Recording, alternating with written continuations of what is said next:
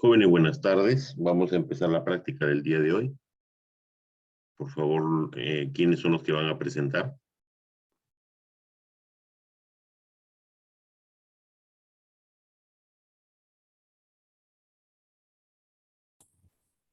Miastenia gravis. Perfecto. Empecemos.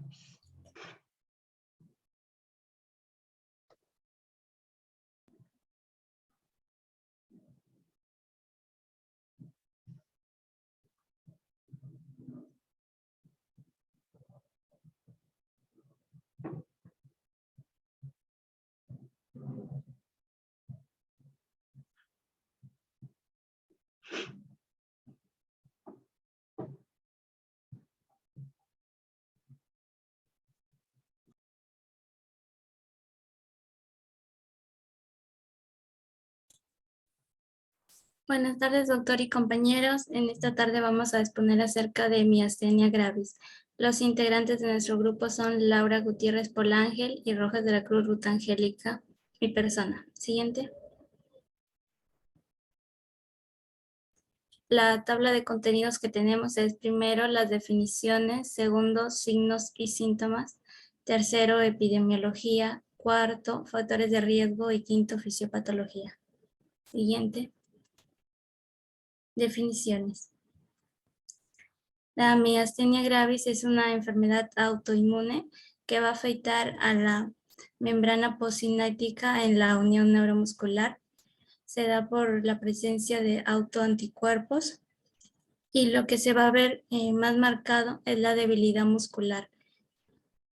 En el 80% de los casos se da debido a autoanticuerpos contra el receptor de acetilcolina. Siguiente.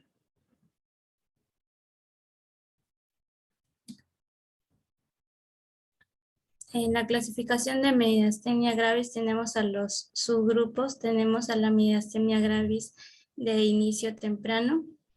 Estos subgrupos se clasifican dependiendo a la presencia de los patrones de autoanticuerpos. También es la edad de inicio y la presencia de la enfermedad asociada al timo.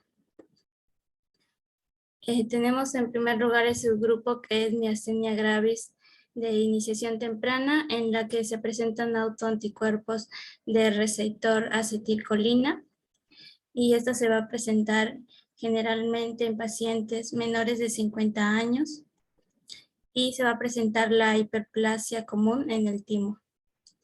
Luego tenemos también la miastenia gravis de inicio tardío, en la que se va a presentar autoanticuerpos de receptor de acetilcolina y se presenta en pacientes mayores de 50 años generalmente, y acá se va a presentar la atrofia común del timo. Luego tenemos la miastenia gravis timoma, en la que se presenta autoanticuerpos contra el receptor de acetilcolina. No se ha visto que se presente en mayor grado en ciertas edades, así que se puede presentar en cualquier edad. Y vamos a ver que se va a dar un timoma de tipo AB y de tipo B.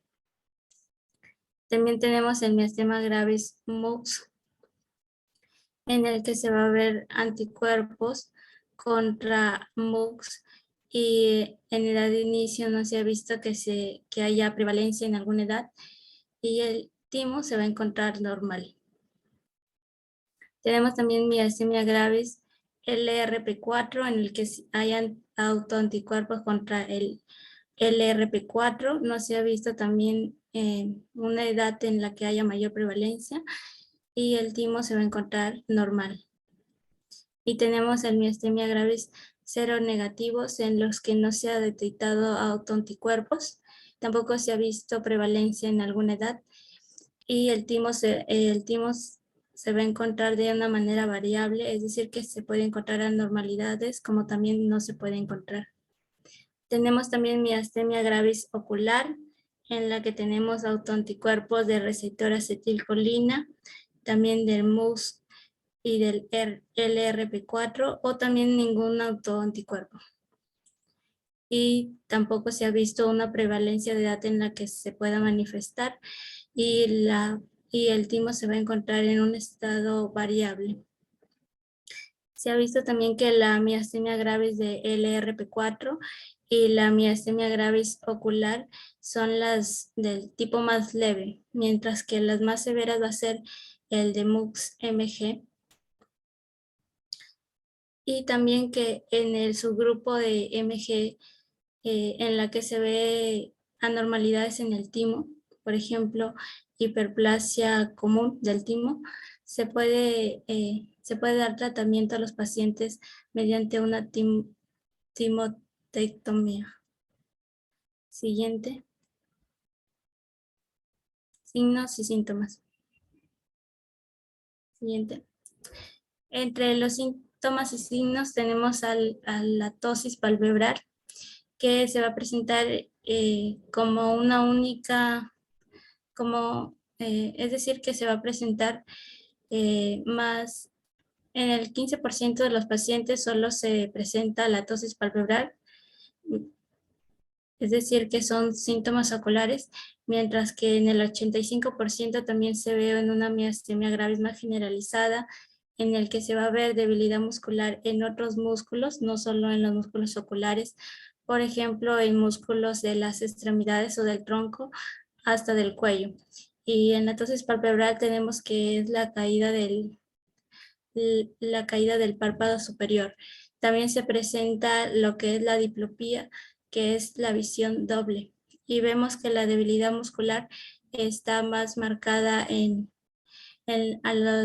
a las finales horas del día, ya que esta debilidad muscular aumenta con el aumento de la funcionalidad del músculo.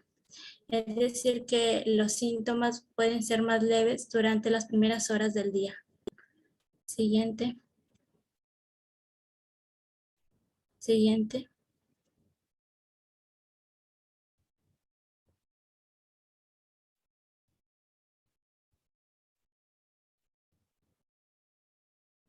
Ya, buenas tardes, doctor. Buenas tardes, compañeros. Voy a continuar con mi exposición. En este caso voy a hablar de la epidemiología. Como primer punto vamos a hablar de la prevalencia general, o sea, a nivel mundial, y también de la incidencia. En cuanto a la prevalencia, nos dicen que hay de 150 a 250 casos por millón de habitantes, y en la incidencia nos habla que hay de un 8 a 10 casos por millón de habitantes por año, ¿no?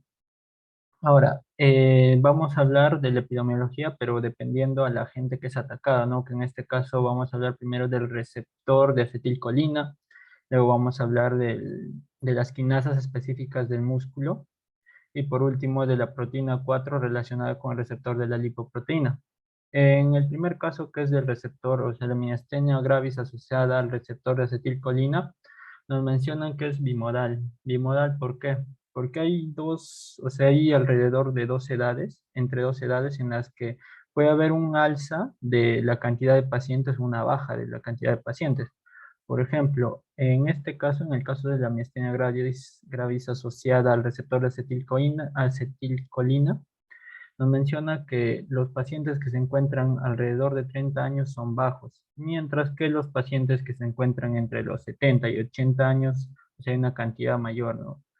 Ahora, eso no quiere decir que solo se den de este intervalo de edad, sino que son como que referencias, ¿no? A los 30 años, personas que están alrededor de los 30 años, son pocos los que tienen la miastenia gravis asociada al receptor de acetilcolina. Luego de esta la clasificamos, o sea, la miastenia gravis asociada al receptor de acetilcolina, como la compañera había mencionado, se puede clasificar en dos, hasta en tres. Uno que también era la que estaba asociada al cáncer de timo, si no me equivoco. Pero en la epidemiología consideran dos, que sería la miastenia gravis de inicio tardío y la miastenia gravis de inicio temprano. Como ya lo han explicado, estos se diferencian más que nada por la edad en la que se inicia esta enfermedad. En el caso del inicio tardío hablamos de un inicio pasado los 50 años y esto tiene una prevalencia más que nada en Europa. En cambio, en la miastenia gravis de inicio temprano, hablamos de un inicio antes de los 50 años y tiene un predominio en Asia. Dentro de la miastenia gravis de inicio temprano, tenemos a la miastenia gravis de juvenil, el cual es considerado cuando nos da antes de los 8 años, ¿no? Y aparte este predomina en el este de Asia, o sea, por Japón, por esas partes.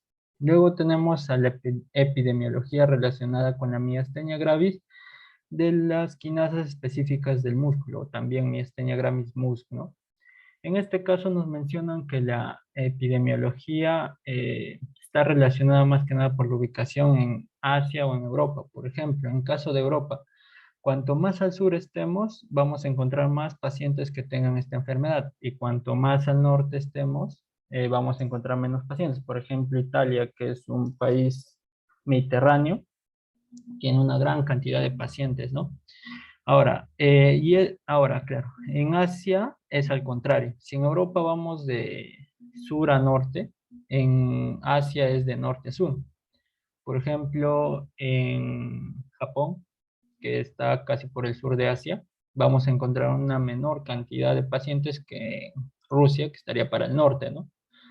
Y es al contrario. Después de este análisis se dedujo que en cuanto a la miastenia gravis, que está relacionada con el MUS, no hay una relación causal entre la latitud, el clima y el MUS, ¿no? Porque podemos ver que no importa la latitud, por más que nosotros estemos con una latitud que está por superior a los cuantos, a los 90 grados, si no me equivoco, vamos a ver que hay una discordancia tanto en Europa y en Asia, ¿no?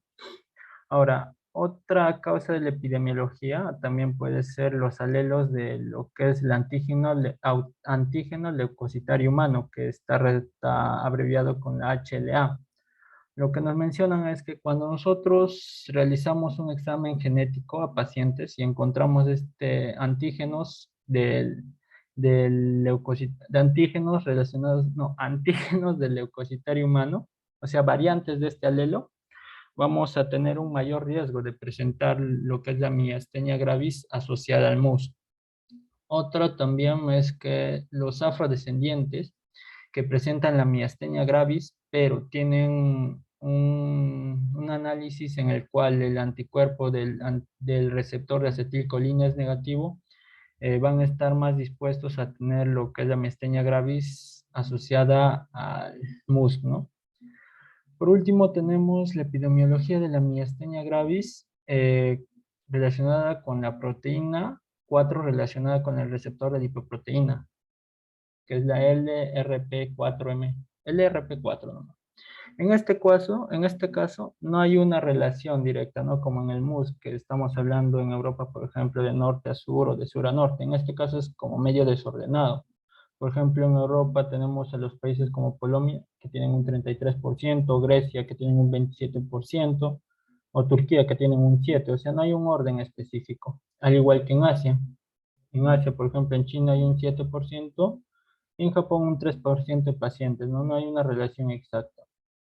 Aparte, nos mencionan que en la mayoría de casos de pacientes, bueno, no en la mayoría, sino del 7 al 33% de pacientes que presentan la miastenia gravis, pero con un análisis negativo para el antígeno, para el anticuerpo del receptor de acetilcolina y para el anticuerpo del receptor, no, de la quinasa específica del músculo, podrían tener lo que es la miastenia gravis LRP4.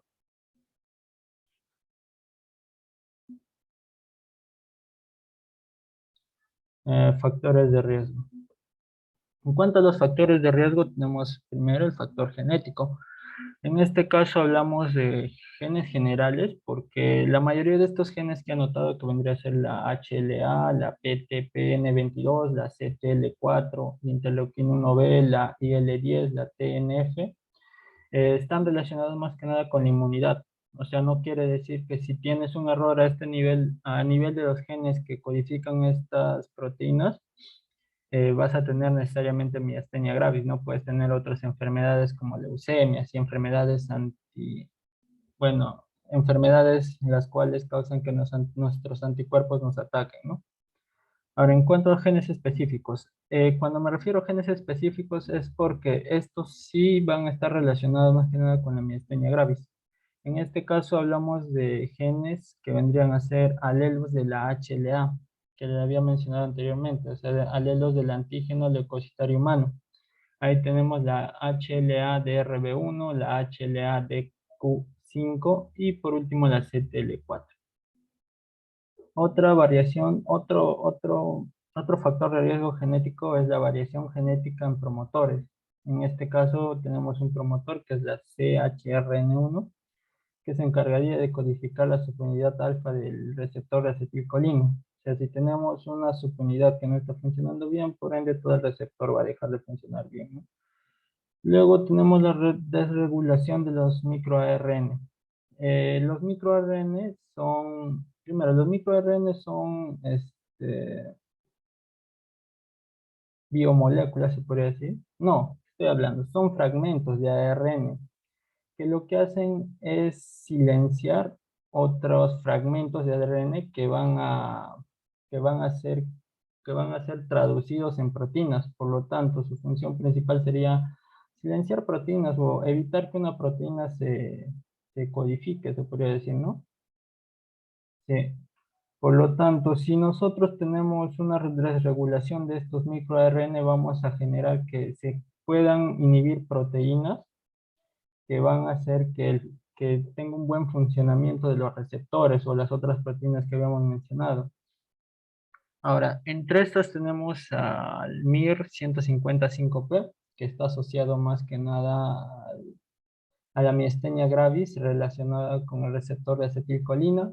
Luego tenemos al MIR215P, que está asociada a la miastenia gravis MUSC, y por último a la familia LED7, que estaría asociada con el último, ¿no? Que es la miastenia gravis LRP4. Otro factor de riesgo es el factor hormonal, en este caso el estrógeno. Por lo que he estado leyendo, el estrógeno participa en el proceso inflamatorio, si no me equivoco, en el proceso inflamatorio de lo que es el timo. Más adelante vamos a ver cómo participa el timo en todo lo que es la miastenia gravis, pero el estrógeno se podría decir que aumenta el problema de inflamatorio cuando se da en el timo, ¿no?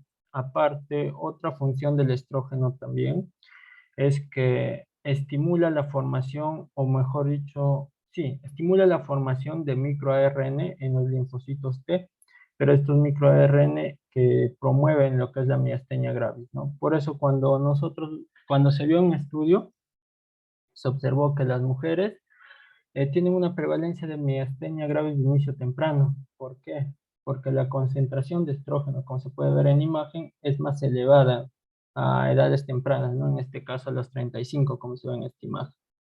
Mientras que los hombres tienen una prevalencia de miastenia gravis de inicio tardío porque nosotros no presentamos tanto estrógeno como las mujeres.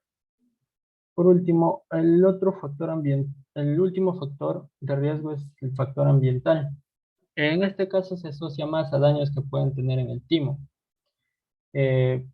Por ejemplo, una infección por el virus del Epstein-Barr o una infección por el virus del Nilo Occidental. También puede ser un timoma, que es un cáncer de timo, o una hiperplasia del timo, también puede ser.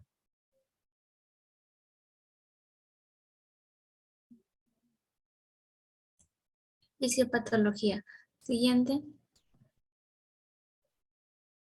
Miastenia gravis es una enfermedad neurológica, una de las más estudiadas, en la que se ve relacionado la presencia de autoanticuerpos.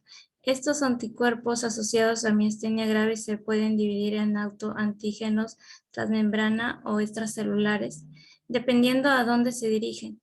Si se dirigen, por ejemplo, a autoantígenos intracelulares.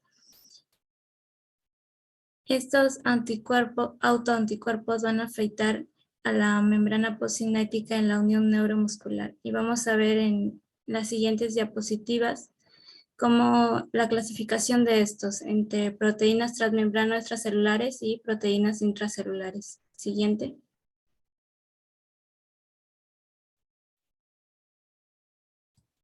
Tenemos las proteínas transmembrana o extracelulares.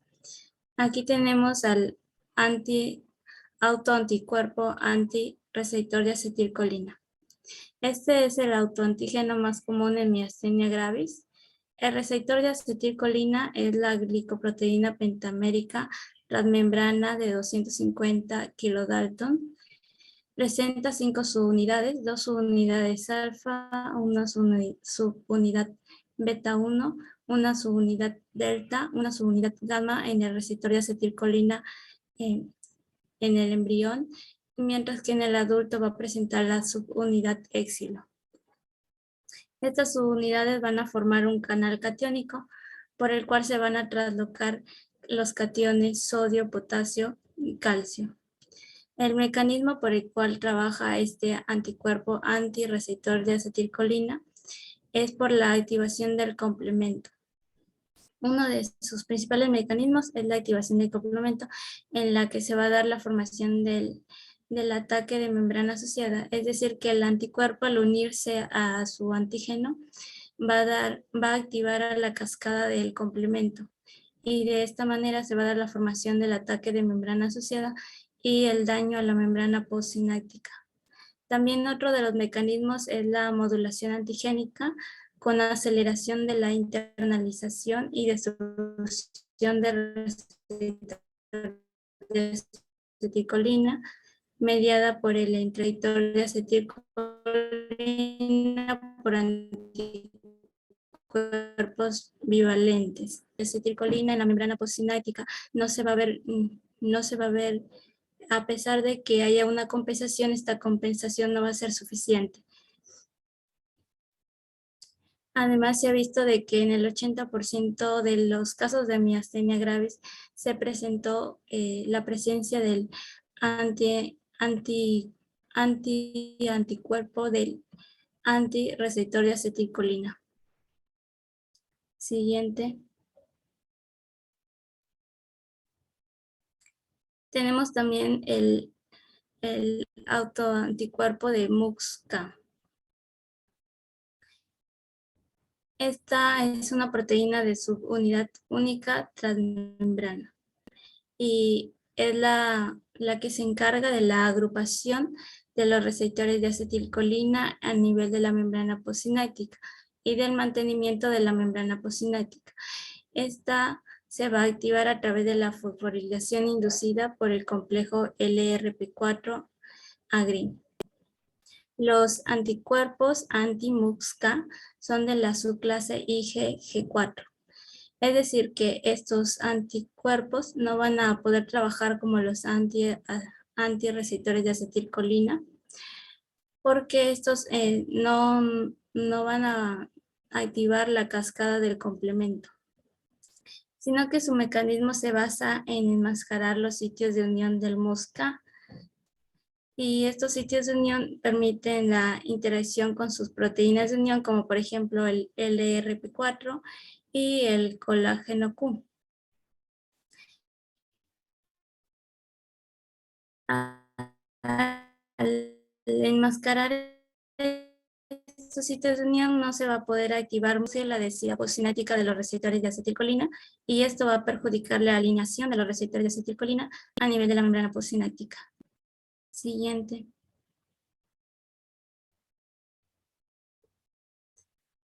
Tenemos también el LRP4, que es una proteína transmembrana de una sola subunidad con un gran dominio extracelular. El LRP4, al unirse con agrin, es decir, la interacción entre LRP4 y agrin, va a producir la activación del MUX-K. Si hay una interrupción entre esta interacción, entonces la falta de activación del MUX-K va a producir que se inhiba la transmisión neuromuscular mediante los receptores de acetilcolina, ya que, como vimos, MUX-K se encargaba de la agrupación de los receptores de acetilcolina a nivel de la membrana postsináptica. También tenemos la proteína agrin. Esta proteína se une en la membrana muscular con LRP4. También se une a distroglicano y laminina. Y de esta manera va a regular la formación, el mantenimiento y la regeneración de la unión neuromuscular. El mecanismo por el cual se va a dar, es decir, los anticuerpos de agrin, van a inhibir la fosforilación de MUX-K y la agrupación del y de esta manera se inhibe a la vez la agrupación del receptor de acetilcolina in vitro. Es decir, que esto se ha visto en experimentos en ratones. Sin embargo, no es claro si, es claro si esto también colabora en la patogenicidad de la enfermedad en humanos. Siguiente.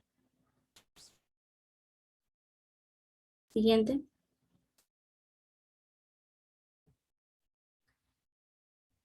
También tenemos a la proteína CoQ, colágeno Q, que concentra y ancla a la acetilcolina esterasa, la cual va a descomponer a la acetilcolina en la matriz extracelular de la unión neuromuscular. Esta proteína tampoco no se ha visto, no se ha demostrado que tenga un papel patogénico de estos anticuerpos. Sin embargo, sí se han encontrado anticuerpos anti-CoQ en pacientes con miastenia gravis. Sin embargo, el número en los pacientes es menor la prevalencia de la presencia de anticuerpos de anti-CoQ comparado con la presencia, por ejemplo, de los anticuerpos antirreceptores de acetilcolina que se presenta en el 80% de los casos y del anti-MUX que se presenta en el 10% de los casos. Luego tenemos también la proteína KV1.4. Y bueno, los canales de KV1.4 se concentran en las membranas axonales y también se encuentran en el endocardio. Los anticuerpos del anti-Q4 pueden reaccionar de forma cruzada con los canales de potasio dependientes de voltaje en el músculo cardíaco en pacientes con miastenia gravis. Y esto se ha visto relacionado, por ejemplo, en pacientes en Japón, en los que presentan miastenia gravis con complicaciones cardíacas. Se ha visto que estos pacientes presentaban anticuerpos anti-KV1.4. En cambio, en pacientes en Europa, a pesar de la presencia de anticuerpos anti-KV1.4, no se ha visto que haya habido complicaciones cardíacas, como si lo hubo en pacientes en Japón. Por lo tanto, todavía no se ha demostrado que haya algún papel patogénico de este anticuerpo anti-KV1.4. Siguiente. Continuando con la exposición, voy a hablar de las proteínas intracelulares. Entre ellas tenemos al titin, que es una proteína filamentosa que mantiene en su posición a la actina y la miosina en el proceso de contracción y expansión muscular, ¿no? Recordemos que en el músculo tenemos una región que es conocida como el sarcómero, el cual se encuentra entre discosetas. Ahora, el titin se encuentra acá, esta proteína que pueden ver acá. Ahora, recordemos que el sarcómero tiene la actina y filamentos de miosina. Cuando hay un proceso de contracción, el que actúa más en este proceso viene a ser la titina. Esta titina, cuando hay un proceso de, digamos, de contracción, se va a contraer pese un resorte de esta manera. Pero cuando hay un proceso de expansión, se va a extender, igual que un resorte, ¿no? Como ya había mencionado, su función principal es sostener a la actina y la miosina. Por lo tanto, si tenemos anticuerpos que van a destrozar a la titina, vamos a generar que se haga un desorden del sarcómero, por lo tanto, una pérdida de la capacidad de estiramiento y contracción del músculo, ¿no? Otra proteína viene a ser los canales de receptor de ryanodina, que están acá. Estos canales de receptor de ryanodina participan liberando lo que es el calcio, si no me equivoco. El calcio que liberan del retículo sarcoplasmático va a actuar en la contracción del músculo, pero cuando hay un bloqueo, bueno, en este caso un antígeno que va a destruir esto, vamos a tener la pérdida de la salida del calcio al sarcoplasma. Por lo tanto, va a haber una reducción, una reducción de lo que es el mecanismo de movimiento muscular, ¿no? Por último, tenemos al cortactina, que lo tenemos acá. Esta cortactina funciona de dos maneras. Una, reclutando proteínas de actina, porque recordemos que los filamentos de actina son como pequeño conjunto de bolitas de actina, actina, actina. Por lo tanto, si no hay la cortactina que se podría decir que recluta estas proteínas de actina, no vamos a tener los filamentos de actina, por lo tanto el sarcómero tampoco va a estar en una función adecuada, ¿no? También la cortactina participa por medio de la estimulación del Agrin LRP4, o sea, de este receptor. Cuando este receptor estimula la cortactina, esta cortactina lo que va a generar es que estos canales estos receptores de acetilcolina se unan, o sea, se forman en bloques. De lo que normalmente, digamos, tengo uno acá, va a generar que vengan más y más y se unan se puede decir para que se dé una potenciación de, de la contracción muscular, ¿no? Ahora, otros datos es que cuando tenemos un antititina, lo vamos a encontrar en el 20 al 30% de los pacientes con miastenia gravis y aparte sirve un marcador de timoma, o sea, de un cáncer de timo de inicio temprano. Ahora, el otro vendría a ser un antirreceptor de reanodina que se encuentra en el 70% de timomas de miastenia gravis y es un indicador de timomas asociados a miastenia gravis, pero ya grave. Por último, la cortactina, como ya había mencionado, no tiene mucha relevancia. Hasta el momento no se ha encontrado un estudio así tan profundo para que nos determine algo, ¿no?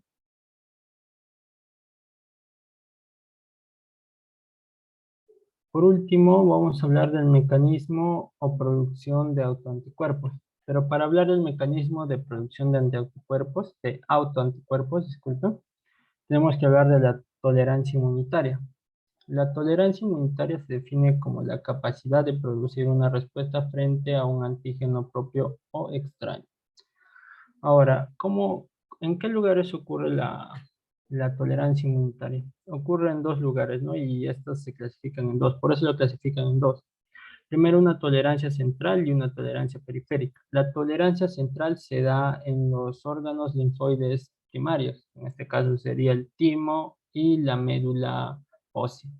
Mientras que la tolerancia periférica ocurre en los órganos linfoides secundarios, ¿no? Como el vaso, por ejemplo. Recordemos que los linfocitos nacen de las células hematopoyéticas que se encuentran acá en la médula ósea y estas se van a diferenciar bien en linfocitos T o en linfocitos B. En caso de que se diferencien en linfocitos T, estos van a migrar a lo que es el timo para que luego se produzca una maduración, mientras que los linfocitos B se van a quedar en la médula ósea. Ahora, una vez que los linfocitos T inmaduros lleguen al timo, se va a dar el proceso de tolerancia inmunitaria. ¿En qué consiste esta tolerancia inmunitaria? Consiste en que una célula presentadora de antígenos les va a presentar antígenos propios del cuerpo, o sea, antígenos que ellos no deberían reconocer.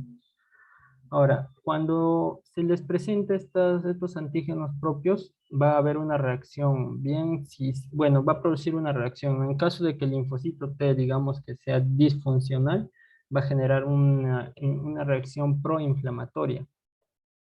Por lo tanto, estaríamos diciendo que este linfocito T va a reconocer a nuestros propios antígenos como malos, ¿no? Y eso sería malo para el cuerpo porque va a atacar. Ahora, para contrarrestar este proceso malo, lo que hace el cuerpo es recurrir a una selección. En caso de que el linfocito reaccione positivamente a antígenos propios, vamos a decir que es una selección negativa. Y si el linfocito T no reacciona a nuestros propios anticuerpos, vamos a decir que es una selección positiva. En caso de una selección negativa, o sea que el linfocito T reacciona a nuestros propios anticuerpos, va a irse por dos pasos. Uno, la apoptosis, porque sabemos que como es algo malo, tiene que desaparecer. Uno es la apoptosis. Y la siguiente vendría a ser una discriminación. La llamé así porque hay linfocitos T que, o sea, tienden a reconocer anticuerpos propios, pero que posteriormente llegan a hacer un reordenamiento o una edición de receptores, como lo menciona acá, que provoca que estos linfocitos T tiendan a reconocer o a detectar como a linfocitos T que han pasado esta tolerancia central y llegaron a madurar como malos, ¿no? O sea, los controla los que llegan a pasar. Digamos que un linfocito T pasa todo este proceso, un linfocito T malo, digamos, ¿ya? Así, llega a pasar este control, va a llegar a madurar. Y el siguiente control vienen los órganos secundarios, ¿no? Y es ahí donde va a actuar este linfocito T regulador. Ahora, el otro proceso que viene a ser también es lo que les había mencionado, la edición de receptores. Esta edición de receptores se da más que nada en linfocitos B, que al igual que los linfocitos T, se les expone a un antígeno propio del cuerpo. Y en caso de que este antígeno, o bueno, esta interacción genere un proceso inflamatorio, bien van a la apoptosis, o sea, la muerte celular, o bien una edición de receptores, en la cual lo que se busca es que ya no reaccionen a antígenos propios del cuerpo, ¿no?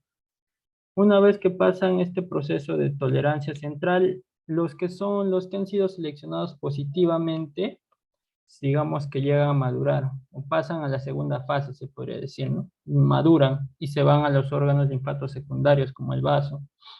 Dentro del vaso ya tenemos otro proceso de control. Pero este proceso de control, si bien se da a todos, pero más que nada actúa para los linfocitos T que lograron camuflarse, digamos, o lograron pasar desapercibidos en el primer proceso de tolerancia. Estos linfocitos T que llegaron a ser desapercibidos van a pasar por el mismo proceso, un proceso de selección. Ahora, en este caso, el único mecanismo más que se agrega es la participación de los linfocitos T reguladores. Estos linfocitos T van a hacer un proceso de reconocimiento de los linfocitos T que pasaron desapercibidos y son malos y los van a suprimir. Van a controlar su accionar de estos linfocitos T, incluso de linfocitos B que pasaron desapercibidos, ¿no? También es el mismo proceso de que era, o sea, era lo mismo, no solo que agregamos lo que es los T reguladores, porque también se da la presentación de antígenos a los linfocitos para ver si no se les ha escabullido un linfocito B, un linfocito T, ¿no? Y también tenemos la anergia. Bueno, la anergia sería, no hay una respuesta. Se podría decir que cuando tú le presentas un antígeno propio del cuerpo a un linfocito T y tenemos una anergia, se puede decir que está bien. ¿Por qué? Porque no responde a nuestros anticuerpos, o sea, no reconoce como un cuerpo extraño a nuestros antígenos, mejor dicho. Una vez explicado esto, nos preguntaremos, ¿y qué tiene que ver esto con la miastenia gravis? Bueno, la miastenia gravis se origina o principalmente está relacionado a un origen de un problema con el timo. ¿Qué nos dice la miastenia gravis? Nos dice que hay un error en este proceso, en la tolerancia central. Nos mencionan que por factores externos, digamos, un timoma, que es un cáncer de timo, una inflamación crónica, una infección vírica, va a causar que no hay un proceso adecuado de la tolerancia central. O sea, cuando nosotros hacemos, digamos, aparece un linfocito T que tiene anticuerpos para el receptor de acetilcolina, este va a pasar desapercibido, no va a ser reconocido, va a pasar normal, va a pasar normal. Incluso nos mencionan que los linfocitos T reguladores también lo van a dejar de lado, o sea, no van a reconocer a este linfocito T maligno. Y eso es más que nada a causa de una mutación que puede ser causado, nuevamente repito, por un timoma, por una inflamación crónica, por infecciones víricas, ¿no? Y es así como se forma. O sea, los linfocitos T que tienen anticuerpos anticuerpos del receptor de acetilcolina o anticuerpos de la quinasa específica del músculo van a llegar a la unión neuromuscular y van a atacar, ¿no? A diestra y siniestra, causando todo lo que es la fisiopatología o toda la sintomatología de lo que es la miastenia gravis.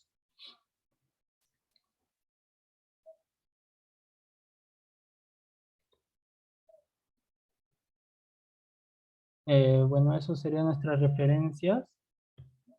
Gracias, eso sería todo.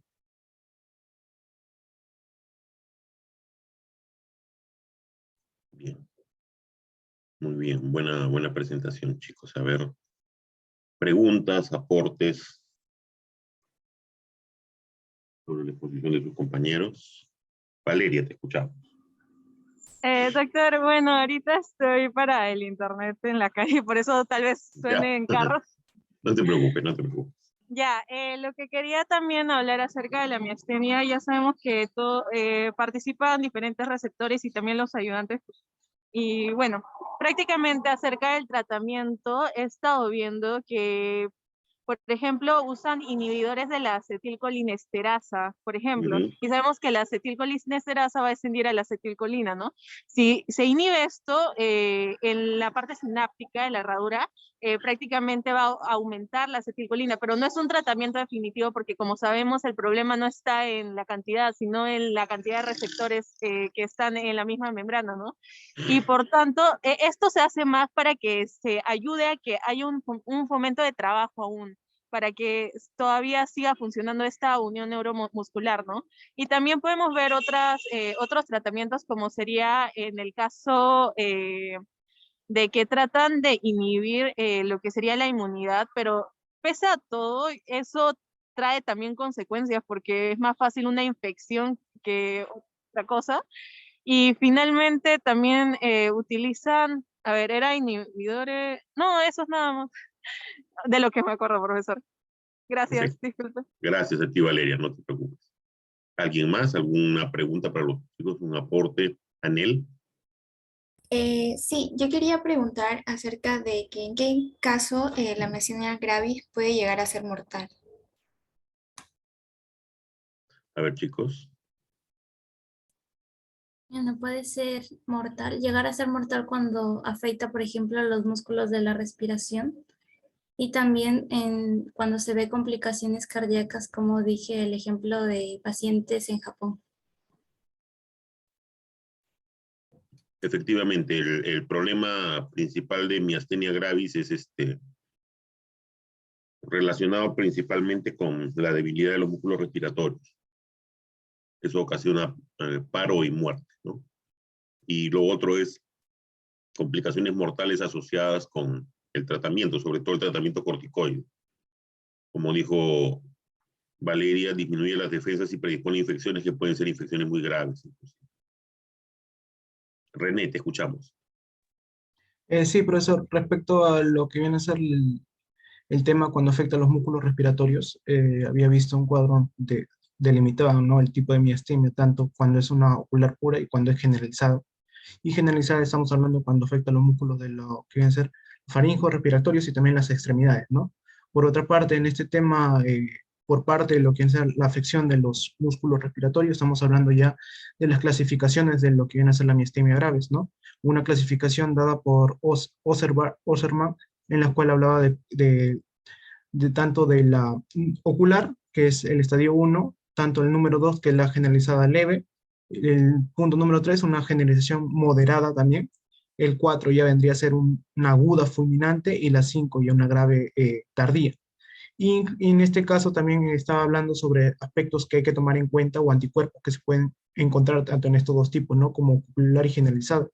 En el caso de los anticuerpos del ocular, estábamos hablando de la ACRA, que vendría a ser los bloqueadores de lo que vienen a ser receptores acetilcolina, producidos en su mayor parte por lo que vienen a ser inmunoglobulinas G, G1 y lo que viene a ser la G3, y también los antimuco, que esos también se dan en su mayoría en lo que vienen a ser las generalizadas, que de por sí son predominantes lo que viene a ser la inmunoglobulina G, antitirosina quinasa, en este caso, ¿no? Y estas se presentan en mayor gravedad, mayormente en lo que vendría a ser en las generalizadas, igual que las ACRA, también en un 85 y 90%. Y parte de estos, sus manifestaciones principalmente son el 20% no generalizadas en el tema de ocular y un 40% generalizadas, pero también nos hablaban de que si esta manifestación ocular no se volvía generalizada en los próximos 2 años, no se podría, ya estaba en porcentaje de que 95% ya no manifestaba una etapa más avanzada, ¿no? Una etapa generalizada. Eso sería todo mi propuesta. Perfecto, René, efectivamente. Hay diferentes anticuerpos, ¿no? Como han visto, hay un montón de estructuras dentro de la placa motora. No todo es receptor acetilcolina, aunque en cierta forma sí. ¿Por qué? porque todas esas pequeñas estructuras que se encargan de darle soporte a la placa neuromotora, que se encargan de exponer a los receptores de acetilcolina para poder interactuar con las moléculas de acetilcolina, también se necesita que estructuralmente se encuentren bien. Y si hay anticuerpos contra la agrina, contra el MUSC, ¿no? Contra la proteína LRP1, entonces vamos a tener de todas maneras miastenia, porque no se va a poder mantener la integridad de la placa neuromuscular, ¿no? Entonces no es solamente todo receptor de acetilcolina. Bien, chicos, ¿alguna otra intervención? ¿Valeria? Profesor, yo tengo una pregunta. Cuando hace, o sea, lo que había estado discutiendo con algunos compañeros era de que, por ejemplo, cuando se saca por medio de la cirugía el mismo timoma, prácticamente solo derivará lo de acetilcolina, ¿no? No a lo de MUS4 y el LRP4, creo. MUS, solo acetilcolina. Y los otros no ayudaría tanto. No, no ayudaría tanto. Ya, muchas Probablemente gracias. haya mecanismos patogénicos diferentes, ¿no? De origen diferente. ¿Ya? Bien, chicos, ¿alguna pregunta adicional? ¿Algún aporte adicional? Bien, entonces agradecemos a Ruth, a Paul. Vamos a pasar al siguiente tema.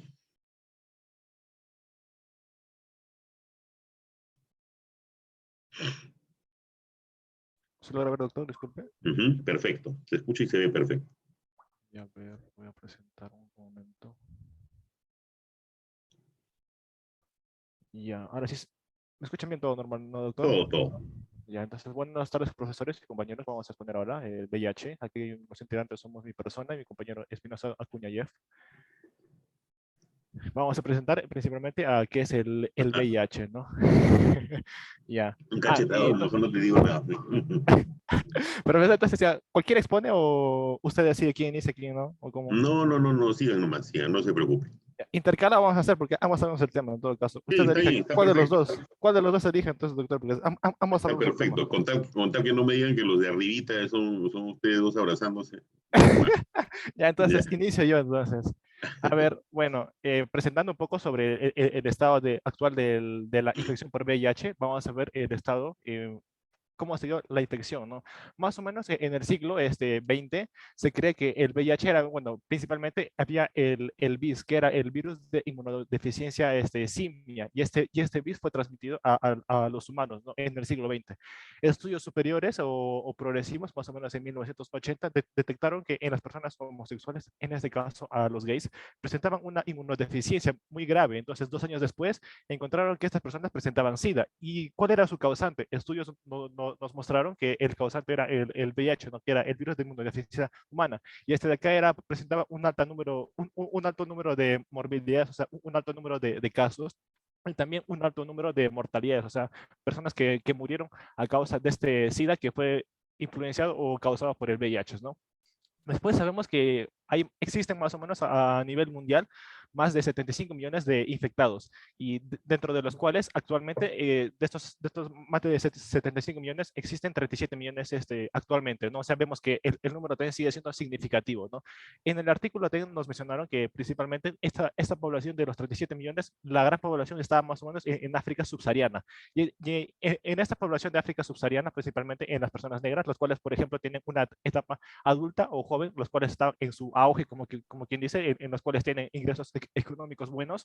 Entonces, a estas personas se les da el VIH, y después de que les da el VIH, sabemos que el tratamiento para el diagnóstico se necesita un uso de buenos laboratorios, ¿no? Para identificar al VIH, para poder tratarlo, y también sus medicamentos antirretrovirales son muy costosos, y es por ende que a las personas que están en su auge o en su punto máximo de ingresos económicos contraen el VIH, y es por eso que presentarían una tasa de baja económica, o sea, sus recursos económicos van a ser bajos, ¿no? Y es por eso que en África los recursos económicos por lo general son escasos, ¿no? Y como sabemos que el VIH, bueno, que los tratamientos para el VIH, que son los antirretrovirales, son muy costosos, esto de acá, y es por esta causa que en la actualidad perdura y presentamos variantes, ¿no? Ya que sabemos que el VIH también va a mutar y va a mutar sucesivamente su material genético, y es por eso que al mutar sucesivamente va a presentar sus variaciones o sus variantes, ¿no? Tanto del VIH de tipo 1 como del tipo 2.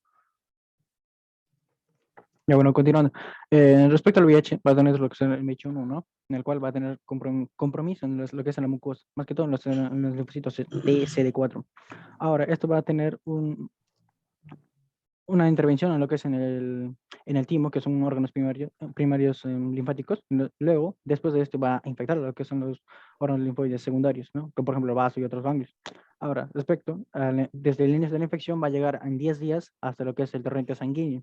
Después de 30 días va a llegar a su punto máximo de lo que es carga viral.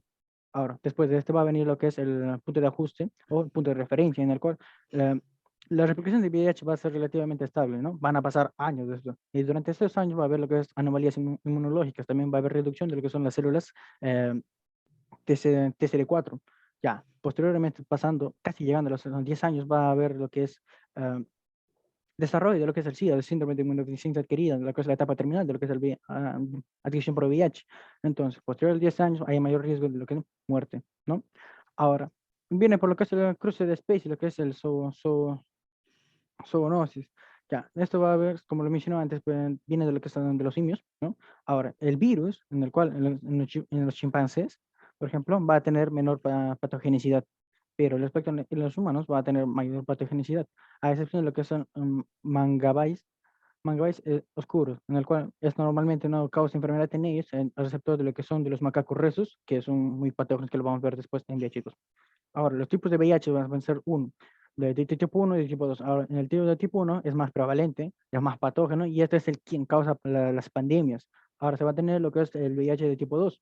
Este va a tener una infección, en la cual va a ser mayor en África Occidental y menor ponle el otro, menor en Portugal, Francia y España. España y Brasil, por ejemplo. Pero aquí va a mantenerse lo que es latente todavía, aunque sea menor, va a permanecer. Respecto a su patogenicidad, esta va a estar reducida en el VIH-2. ¿Por qué? Porque va a haber una menor replicación. Ahora, ¿por qué? También porque esto va a tener, el virus va a tener una menor adaptación, ¿no? A lo que es en el humano. Ahora, respecto a su patogenicidad, va a encontrarse que el virus, ¿no? Cuando viene procedente de lo que es el Macacus rhesus y el Mangabis negros, va a ser mayor patógeno. Esto le va a dar mayor patogenicidad. Siguiente. Bueno, acá también cabe recalcar que el diagnóstico de la progresión puede ser también aumentada, disminuida, o también su progresión del VIH puede ser nula. ¿Debido a qué? Debido a los factores de la inmunidad, tanto del ser humano y otros factores genéticos, ¿no? Y también vamos a ver que los antirretrovirales generalmente suprimen a la replicación del VIH. ¿No? Sabemos que el VIH tiene una transcripción inversa y después posteriormente va a replicarse, ¿no? Y también que la suspensión de los antirretrovirales va a ser, si se suspende los antirretrovirales o el uso de estos medicamentos, va a haber una progresión en cuestión de semanas. Es como quien dice, a nivel de, tienes un caño y este caño le pones antirretrovirales que va a ser un globo y este globo va a estar conteniendo esta carga viral, ¿no?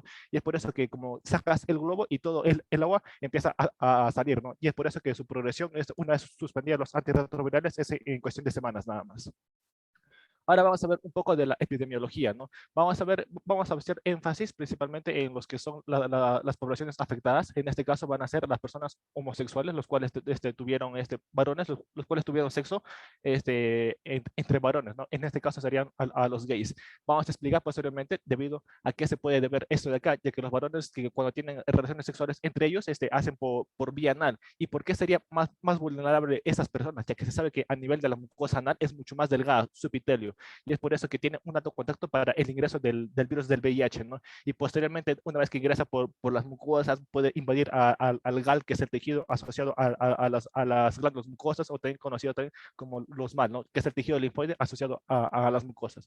También vamos a ver en el caso de los usuarios que usan drogas, como sea, por ejemplo, las drogas intravenosas. Como sabemos, comúnmente sabemos en las películas, vemos que tenemos una persona drogadita que en cual tiene su droga, lo pone en una cuchara, la calienta con un encendedor, agarra una jeringa, lo saca y se le inyecta, ¿no? Y como sabemos que esta persona es generalmente adicta y compulsiva, va a gastar todo su dinero en eso de ahí, entonces va a tener poco dinero para renovar sus jeringas. Y es por eso que una vez inyecta, lo lava y así lo reutiliza, ¿no? Y es por eso que eso de acá puede alzar y se considera como un principal factor de riesgo, ¿no? También vamos a ver que otro factor de riesgo sería en las personas, ¿no? Eh, en este caso, en los prisioneros u otros entornos cerrados, ya que estas personas están bien confinadas, ¿no? En un solo lugar, ya que pueden comer con los mismos utensilios o pueden tener relaciones sexuales, entonces, ya que se ven por lo principal, las cárceles son tanto del sexo masculino o también para el sexo femenino, ¿no? No hay mixtos. Y también vamos a ver que otra población afectada serían las trabajadoras sexuales, las cuales brindan el servicio sexual, y también a las personas transgénero, que por lo general, bueno, en sí son varones los cuales se visten de mujeres, ¿no? Y tienen relaciones sexuales con otros varones. ¿Y esto por qué se debe? Debido a que esta población que acabo de mencionar son poblaciones con problemas legales, tanto como prisioneros, o las personas que son transgéneros, o los homosexuales, o las personas que son trabajadoras sexuales, y también tienen problemas sociales, ya que los ven como bichos raros, ¿no? Entonces, estos problemas legales y sociales va a generar una alta vulnerabilidad a la infección por VIH, ya que estos de acá no van a poder presentar, o sea, van a presentar impedimentos para poder acceder a los servicios de prevención y tratamiento para el VIH, ¿no? Entonces, si no se diagnostican y no se tratan, pueden, o sea, no saben si es que tienen el VIH, ¿no? Entonces pueden ser portadores que no diagnosticados, y estas personas pueden contagiar una y otra persona más, ¿no? Después vamos a ver en otro caso, en el caso de las madres positivas, ¿no? En este caso, en las madres positivas, vemos que la madre es portadora del VIH, entonces su bebé puede tener VIH. Sí o no, vamos a saber que esta mamá, si es que se usa el tratamiento de los antirretrovirales, o tengo que decir como los RAT o los TAR, esto de acá va a proteger pues, al bebé y su bienestar, ¿no? Entonces, así dándonos como resultado la casi eliminación de la transmisión transmisión tanto materno-infantil, ¿no? Entonces, obteniendo así un bebé sano, ¿no? Sí, diapositiva. Ya.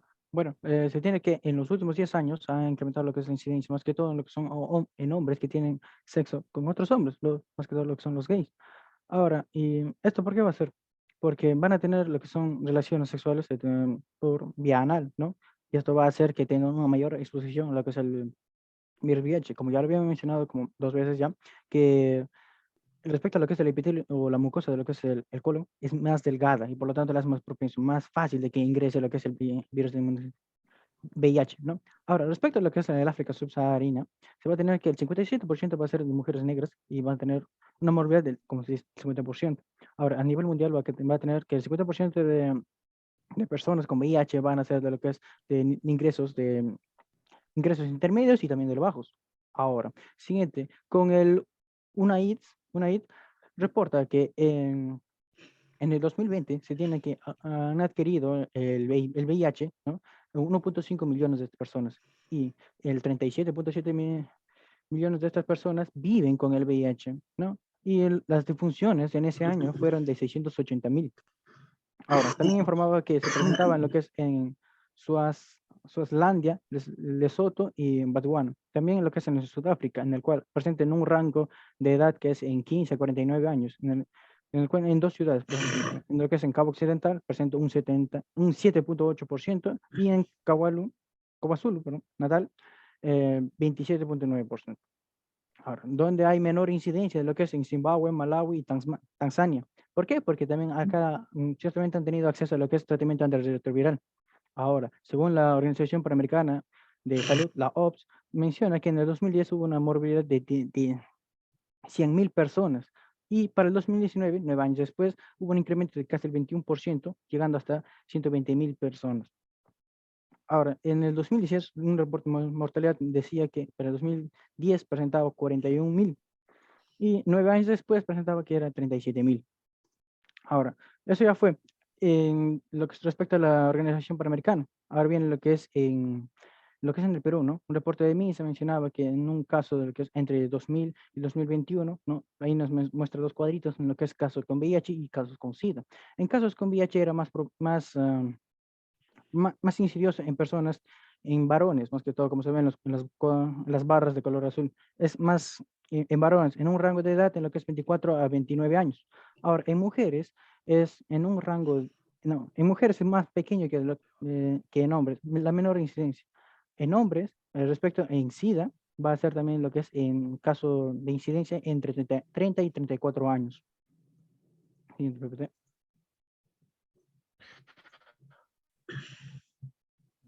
¿Cargó? ¿Se logra ver? Creo que está colgado. Sí, sí, se observa. Sí se Ya. ve. Ahora vamos a ver sobre el estado de los casos a nivel mundial. Vamos a enfocarnos principalmente a la infección por VIH en mujeres. Esto es de la tabla o de la caja 3, si mal no recuerdo, o caja 2 creo es. En este caso nos menciona que en África, en Sudáfrica, en el año del 2002, las mujeres que presentaban este caso de VIH era la edad de rango o promedio era de 15 a 49 años, ¿no? Viendo aquí que la incidencia tanto en varones como en mujeres, sabemos que era el doble en el caso de las mujeres, tanto del varón, ¿no? Y también vamos a ver que el riesgo era especialmente para contraer el VIH, principalmente era en la población joven, en su edad de 15 a 24 años, ¿no? Y debido a qué se debe esto de acá, debido a que existía violencia contra la mujer, también la falta de acceso a atención y la falta de acceso a la educación, ¿no? Como sabemos que algunos países u otros lugares viven en condiciones muy antiguas, como quien dice, a la mujer no se le debe educar o a la mujer se le debe violentar y no debe tener derechos y también no debe entrar a los servicios de atención médica, ¿no? Y esos factores son los principales por los cuales esta población de 15 a 24 años puede encontrar el VIH, ¿no? Luego de otro estudio menciona también que en los Estados Unidos, en el año, por ejemplo, en las parejas heterosexuales era la mayor prevalencia para el VIH. Tanto en el 2010 se veía que las mujeres eran el 20% nada más, mientras que en el 2012, en el 2011 hubo un incremento al 25%, ¿no? También cabe recalcar que el punto de referencia de la carga viral. Entonces sabemos que en el varón va a ser mucho más elevado que en la mujer. Y esto de acá se debe a que también la mujer tiene más o menos de 0,2 a 0,4 copias copias logarítmicas del ARN del virus por mililitro, ¿no? Y es por eso que estas mujeres de acá son menos o tienen menos carga viral que los varones. Y esto de acá explicaría el bajo porcentaje, ¿no? A comparación de los varones. Después vamos a ver que la progresión tanto en el sexo masculino y como en el sexo femenino va a ser igual, o sea, va a ser equitativa, debido a que también, debido a la eficiencia de los antirretrovirales, ¿no? Y también las infecciones con comorbilidades va a ser mucho más aumentada en las mujeres que en los varones, y también la toxicidad por el uso de los TAR va a ser mucho más en las mujeres que en los varones. Bueno, continuando con lo que es la infección en niños, se tuvo que hubo 2.6 millones de niños habían sido infectados por VIH y este era en un rango que eran menores a 15 años, de los cuales el 90% había sido en África subsahariana. ¿Por qué? ¿Y por qué se daba lo que es en niños? También puede ser por infección, lo que es de madre a hijo. Uno es por no seguir tratamiento antirretroviral y otro es por contagio en el parto, ¿no? Ahora, la madre también puede pasar lo que son los anticuerpos a lo que es el bebé, lo que es en el periodo de lactancia, lo que es en 18 a 24 meses, aunque eso también en pruebas celulares que es difícil de diagnosticar, ¿no? y tratar. Ahora también, ¿por qué? Porque para su diagnóstico y tratamiento es costoso, también es lento y no hay laboratorios especializados directamente y por lo tanto hay mayor muerte en lo que es en niños. Sin embargo, para los que fueron diagnosticados y también tienen tratamiento en menores de 12 meses, tienen tratamiento antirretroviral, presentan un 75% de mortalidad que había reducido. Ahora, en niños que tienen de 12 meses para adelante, claro, la mortalidad reduce, pero su progresión es más lenta. ¿Okay? Ahora, respecto al Departamento de Salud y Servicios Humanos de Estados Unidos, se indica, recomienda que se dé tratamiento a los que ya fueron diagnosticados en niños menores de 12 meses. Sin embargo, si es que no cumple con esto, el tratamiento antirretroviral se da también en casos en que presentan lo que es altas cargas virales, también síntomas clínicos y también lo que son inmunosupresión. La OMS también recomienda el tratamiento en diagnosticados con menores de 12 meses, pero si es que no cumple este requisito, también si es que es mayor a este, ¿no? Y se le hace también un recuento de células bajas, también se le proporciona lo que es tratamiento antirretroviral. En conclusión, se puede decir que una vez diagnosticado puede ser recomendable dar un tratamiento antirretroviral. Sin embargo, hay una contra, que el tratamiento antirretroviral puede producir lo que es fibrosis tisular y puede aumentar en cierto grado lo que es morbilidad, pero es más eficiente que lo que es en el VIH. Siguiente. Ahora vamos a hablar sobre los otros de riesgo principales, ¿no? Sabemos que existen los fluidos corporales infectados. En este caso puede ser a las mucosas, que hemos mencionado, tanto vaginal como anal, entre otras, también la mucosa oral. También puede ser un factor de contagio por vía sanguínea y también por las pieles lesionadas, ¿no? Dentro de la infectabilidad, debido a que puede aumentar la infectabilidad, debido a que existen niveles altos de la carga viral en las ITS, en las enfermedades de transmisión sexual, o también en transfusión sanguínea a nivel del plasma sanguíneo y también en las secreciones genitales, ¿no? Ahora vamos a ver también que hay mayor cantidad de la envoltura en una mayor interacción con las células y también existen la resistencia de los interferones alfa, ¿no? Luego también sabemos que el VIH1 también entra a las células que va a infectar, en este caso, por ejemplo, a las células TCD4, y una vez que entra va a hacer una replicación, ¿no? Entonces, estas replicaciones va a hacer que mute la estructura del VIH. Entonces, es por eso que esto de acá o sería el causante de las variaciones de los diferentes tipos del VIH1, ¿no? Y vamos a saber entonces si es que el virus del VIH muta y sabemos que el virus del VIH se une principalmente a los receptores CD4, entonces si es que mutaría su estructura o de las proteínas que están en la membrana del virus, entonces ya no reconocerían a los receptores de CD4, ¿no? Entonces, como sabemos que el virus es, como quien dice, hábil o es más vivo, entonces las proteínas, las cuales son las que se van a unir a los receptores y a los correceptores de las células de CD4, van a variar a nivel del año en un porcentaje de 0.6% al 1%. Entonces, entonces, por lo general, sus proteínas que se van a unir no van a variar mucho. Y es por eso que también la unión a estas células TCD4 se mantiene, ¿no? A pesar de que el virus muta y cambia, ¿no?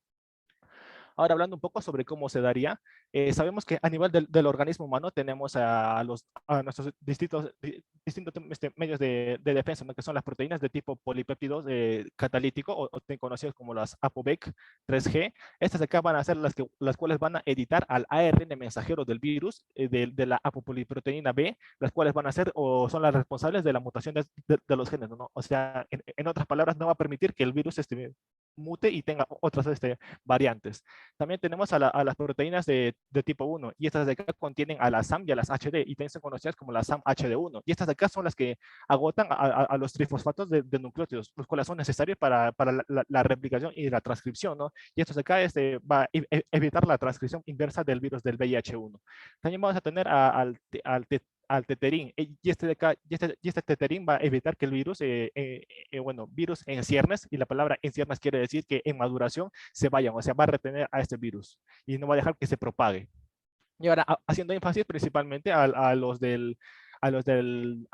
SAM de H1, vamos a tener que en el caso del virus del VIH, presenta también unas proteínas accesorias. En este caso tenemos que al VIH sin ninguna proteína accesoria. Entonces vemos que el VIH tiene proteínas de membrana, las cuales se unen a los receptores CD4. Una vez que se une, ya está acoplada y bien fija, bien adherida. Después vamos a ver que existen correceptores en las células TCD4, que son los receptores CCR5 y CXR4. Principalmente los CCR5 están a nivel de los macrófagos y los CXR4 están a nivel de los linfocitos, ¿no? De las células T, entre otros, ¿no? Tanto maduras como inmaduras, ¿no? Tanto como dice de memoria o ten conocidas como vírgenes, ¿no? Entonces, sabemos que estas proteínas coproteínas accesorias van a permitir, una vez acoplado con el CD4, estas proteínas accesorias van a ser las principales o las fundamentales para que el virus pueda ingresar y pueda entrar dentro de la célula y realizar toda su transcripción inversa, ¿no? Entonces, vemos que una vez ingresa el material genético a la célula que se observa, entra en contacto nuestra defensa, lo cual sería el SAM HD1, ¿no? Ajá, HD1. Y esta de acá va a frenar la transcripción inversa. ¿Debido a qué? Debido al agotamiento de los trifosfatos de nucleótidos, ¿no? Y esto ahí se limitaría la transcripción, entonces ahí moriría el virus, pero el virus es mucho más hábil y también tiene proteínas accesorias.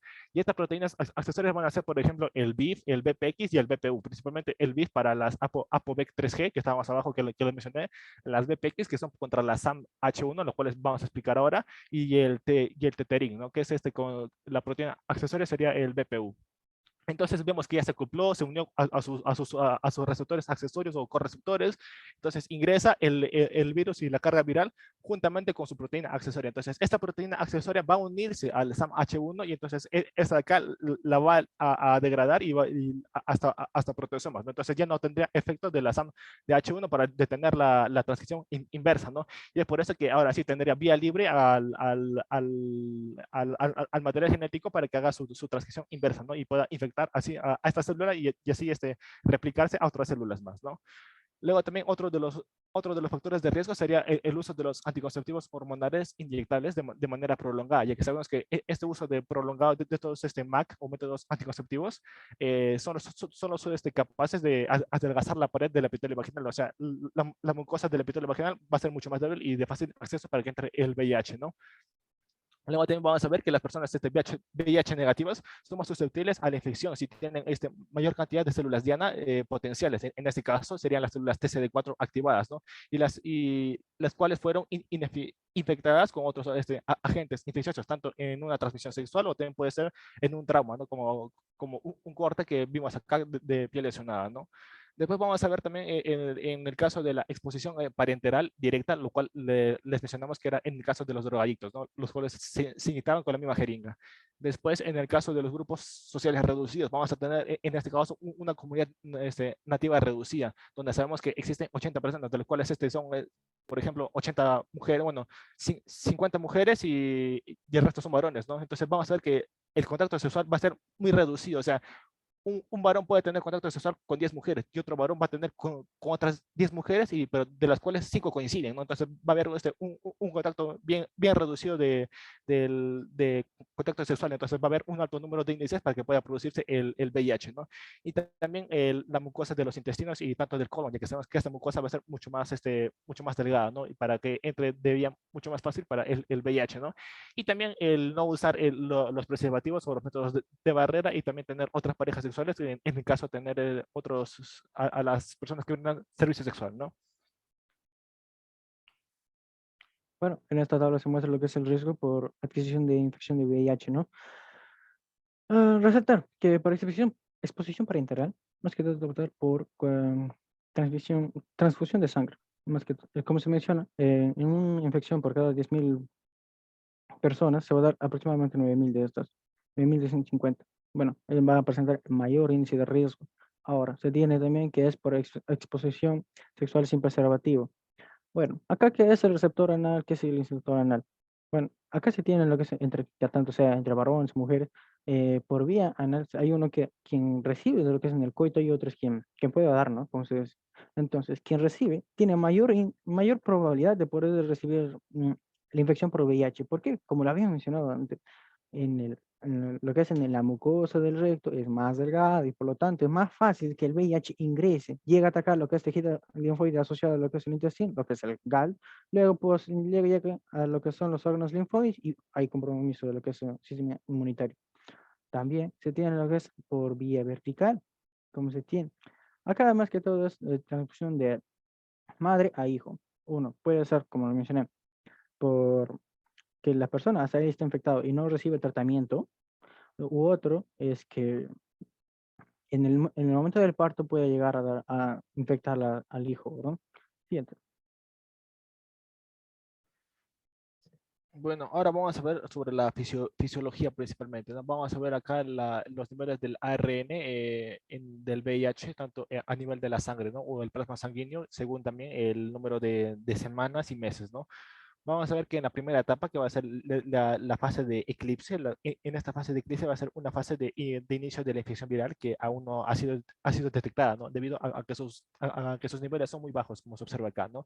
Y esto de acá, por lo general, se da en un plazo de la semana 0 hasta la semana 3, ¿no? Después vamos a ver de la semana 3 a la semana 9 va a darse la fase que va a ser la fase aguda, ¿no? En este caso, en la fase aguda va a haber una transcripción del VIH mucho más aumentada y también la transmisión de los viriones, ¿no? Y también vamos a ver que la respuesta inmunitaria va a verse muy disminuida. Después vamos a encontrar la fase a nivel de los 4 a 6 meses, lo cual sería la fase crítica, ¿no? O la fase crónica. En esta fase crónica o crítica vamos a ver dos barritas, tanto la la morada, bueno, la rosada y la celeste, ¿no? En este caso sería de alto ajuste la rosada y de bajo ajuste sería la celeste, ¿no? Este de alto ajuste puede deberse a que existen más o menos, las inflamaciones van a ser mucho más prominentes y mucho más elevadas, ¿no? También va a haber una disminución del sistema inmunitario y también va a haber un escape de los linfocitos TCD4, bueno, a los linfocitos T, ¿no? Y también va a haber que el VIH se va a adaptar al sistema inmunológico, ¿no? Y lo va a deteriorar. Después, en la fase de bajo ajuste, en este caso de low set point, en este caso el VIH es menos adaptable al sistema inmune y también la fuerza de respuesta inmune de los HLA-B27 es mucho más reducida, ¿no? Bueno, es mucho más fuerte, ¿no? Y también vamos a ver que las inflamaciones van a ser mucho más leves. Ahora, hablando principalmente en el caso de la siguiente tabla, con respecto a las células y el conteo de las células TCD4 a nivel sanguíneo, vamos a ver que en primera instancia tenemos nuestro sistema inmune con las células TCD4 elevada, ¿no? Va a haber un decaimiento, se levanta y vuelve a decaer hasta esta etapa crítica, ¿no? Que es en cuestión de años. Entonces, en la primera instancia vamos a ver que va a haber que se mantienen nuestros números de TCD4, ¿no? Una vez infectados, el virus de VIH va a estar atacando principalmente a nuestras células TCD4. ¿Debido a qué? Debido a que las células del VIH, en este caso del VIH1, tienen una alta afinidad por las células TCD4. ¿Y debido a qué se debe? Debido a que tienen una correlación y sus correceptores, bueno, una correlación con los correceptores que ya les mencioné, por ejemplo, el CCR5 y el CXR4.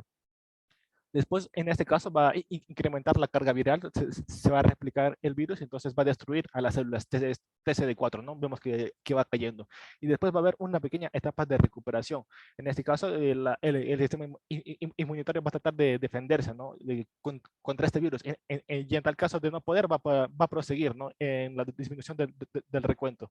Vamos a ver que va a haber un recuento menor a los 350 células. En este caso va a ser donde se va a prevalecer las infecciones anteriores o pasantes del portador. Por ejemplo, nuestro paciente tuvo varicela zoster o también tuvo la infección con la tuberculosis, ¿no? Pero ya se sanó y ya se curó. Pero en tal caso de que contrae el VIH, se da una pequeña recuperación y después, más o menos a las 12 semanas, va a haber un decaimiento de esta persona y se van a reactivar estas infecciones, ¿no? Después vamos a ver el periodo que va a ser crónico, en los cuales va a ser el recuento, va a seguir disminuyendo, ¿no? Que va a ser menores a 200 células por microlitro y van a presentarse primeramente las infecciones, por ejemplo, contra las infecciones neumocócidas van a incrementarse acá también y después va a disminuir el recuento a menores a 100 células por microlitro y van a incrementar por ejemplo, las infecciones como por ejemplo con la coccidiomelitis, ¿no? Bueno, coccidiotis, si mal no recuerdo. Y después vamos a ver que también va a haber la infección por las toxoplasmosis, ¿no?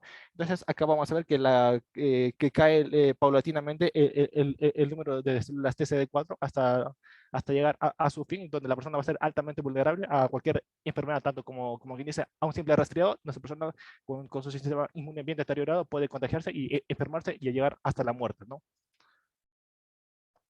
Ya bueno, acá se va a tener lo que es el ciclo de lo que es el VIH. Y se da fácilmente en lo que son 5 simples pasos. Ahí se tiene lo que es el acoplamiento de lo que es el VIH, lo que es una célula, ¿no? Esta célula puede ser lo que es tanto un macrófago, un linfocito CD4 u otra célula. Ya, lo importante es que el virus tiene lo que es una proteína GP120. No, le hacemos un zoom y a la izquierda se ve el otro, ¿no? La otra imagen. Tiene lo que es la proteína GP120. Esto va a servir para que se acople a los receptores CD4 y a los correceptores CXR4 o también puede ser los CCR5, ¿no?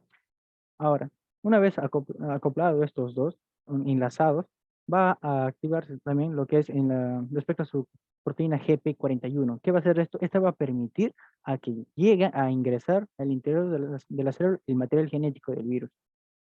Ahora, vamos al segundo paso. Una vez ingresado a lo que es el material genético del virus adentro, va a empezar a formarse lo que es darse la transcripción inversa, en el cual va a pasar el material genético viral de ARN a ADN. ¿Y qué va a hacer? Es tan va a usar todas las herramientas, pero no va a usar del mismo virus. No viene con su propia herramienta.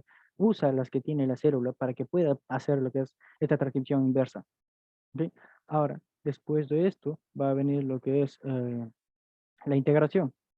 Ahora, la integración va a darse la importación del citoplasma al núcleo de la célula, en el cual el, el ADN ya viral ya va a integrarse a lo que es en la misma célula al ADN de la célula.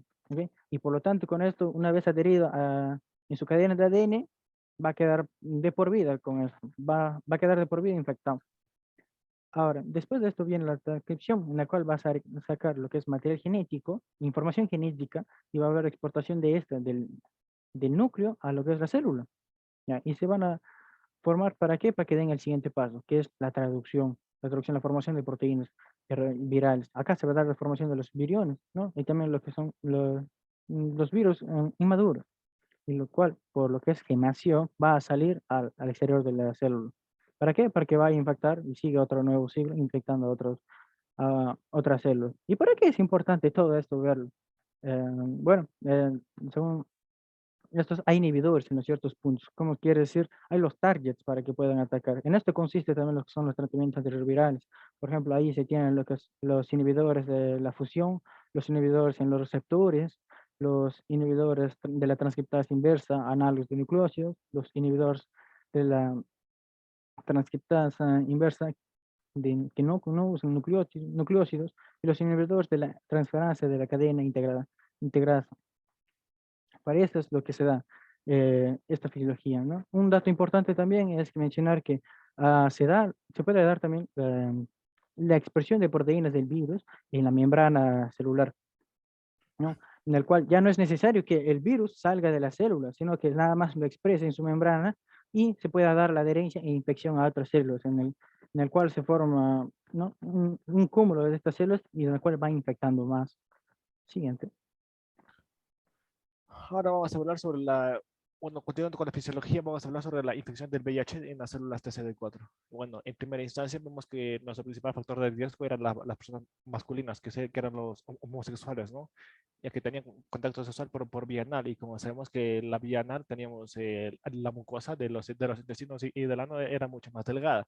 Entonces, este es el principal factor o el principal vía de ingreso para que el VIH entre. Una vez ingresa, va a haber una especie de muerte celular a nivel de la primera a las segundas semanas iniciales, ¿no? Una vez que entra a la vía intestinal, va a asociarse al tejido linfoide asociado a las mucosas, que son conocemos que tenemos el tejido linfoide tanto primario como secundario, ¿no? Entonces vamos a tener a nivel de los intestinos, vamos a tener a los famosos GAL, que son los tejidos linfoides asociados a los intestinos, y los MAL, que son asociados a la mucosa, ¿no? Y estos de acá son de órganos linfoides secundarios o tejidos linfoides secundarios, ¿no? Después de esto de acá va a ir, una vez que se infecta los órganos linfoides secundarios, va a propagarse a los siguientes órganos linfoides hasta llegar a invadir a los órganos linfoides primarios. En este caso va a ser al timo, ¿no? Y acá va a haber una pérdida tímica, o sea, que el timo se va a ver deteriorado, que sabemos que este timo es el responsable de producir a las células T, ¿no? Entonces va a haber un fallo de regeneración de las células T, que van a ser destruidas por el virus del VIH, ¿no? Como vimos en la tabla, que primero entraba y el número de células TCD4 disminuía gradualmente, ¿no? Entonces, una vez que se infectan los órganos linfoides secundarios y primarios, las células TCD4 o las células T por lo general van a verse deterioradas, ¿no? Y no va a haber una regeneración. Después de esto de acá, también vamos a ver que va a infectar a otro órgano secundario, que va a ser tejido linfoide secundario, que va a ser en este caso del vaso, ¿no? Una vez que entra al vaso, también va a haber una pérdida rápida de las células TCD4, ya no se van a producir de manera normal, y va a seguir infectando, como quien dice, entra primero a una parte inicial, después va ingresando a toda la casa, y con tal de destruir a todas las células TCD4 que hay en todo su organismo, ¿no? Después va a haber un agotamiento de las células T, y después va a aumentar la patogenicidad del virus del VIH, y esto de acá nos va a causar pues, posteriormente la fibrosis tisular, tanto en el hueso, en los intestinos, en el corazón, y entre otros, ¿no? Después vamos a ver que, como ya se vio afectado los órganos linfoides primarios y secundarios, tienen otros órganos linfoide va a ser, en este caso, la médula ósea, ¿no? Los cuales van a ser los responsables de producir a las células B, a los linfocitos y a las células que son del sistema inmunitario, ¿no? Y es por eso que disminuyen, ¿no?, la cantidad. Luego de ahí viendo que va a haber una degradación y una muerte de las células TCD4. También va a haber a nivel de los intestinos y de la mucosa, ¿no? Va a haber una inflamación crónica y también la muerte de las células inmunitarias, y también va a haber un periodo de latencia, ¿no?, donde la infección va a entrar, luego de ahí se va a mantener y después va a seguir destruyendo, ¿no? Y como dijo mi ex, hasta aquí llegamos y gracias por su atención prestada. Genial, muy interesante la presentación, muy dinámica. Los felicito, de verdad se han compenetrado muy bien para la presentación. No sé si la compenetración tiene que ver con algo del tema, pero espero que mantengan su buena salud. Excelente, chicos. ¿Algún aporte, alguna pregunta para sus compañeros? Valeria. Bueno, doctor, sí, también tenía un aporte que no sé si lo mencionaron bien, porque estoy escuchando más carros que la clase, pero en sí, según lo que había leído, también hablaba mucho acerca de lo que es la glicosilación, y esto es como que tipo va a enmascarar a este problema, haciendo que no se reconozca, pero también el problema de enmascarar esto es que no se hace. Es como que las primeras, las que son transmisibles, las que entran en contacto, o sea, las que son transmitidas, estas sí tienen una patogenia mayor que las que no son transmisibles, que las que ya son del mismo cuerpo que forma, o se desarrollan haciendo que estas glicoproteínas transmembrana, como sería el caso, como bien lo han mencionado, de la 41 y 120, ajá, estas se glicosilen y en sí hagan que no haya tanta patogenia como en la primera, ¿no?